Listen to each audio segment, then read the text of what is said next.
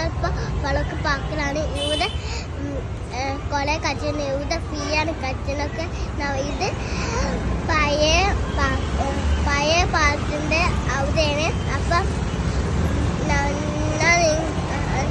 നമ്മളുടെ പാർക്കാണ്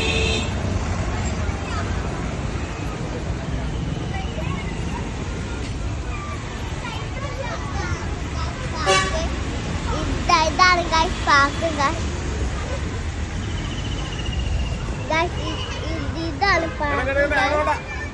പാർക്ക് അപ്പൊ ഇവിടെ സ്ഥലത്താണ് ഇത് നല്ല രസമുള്ള പാർക്കാണ്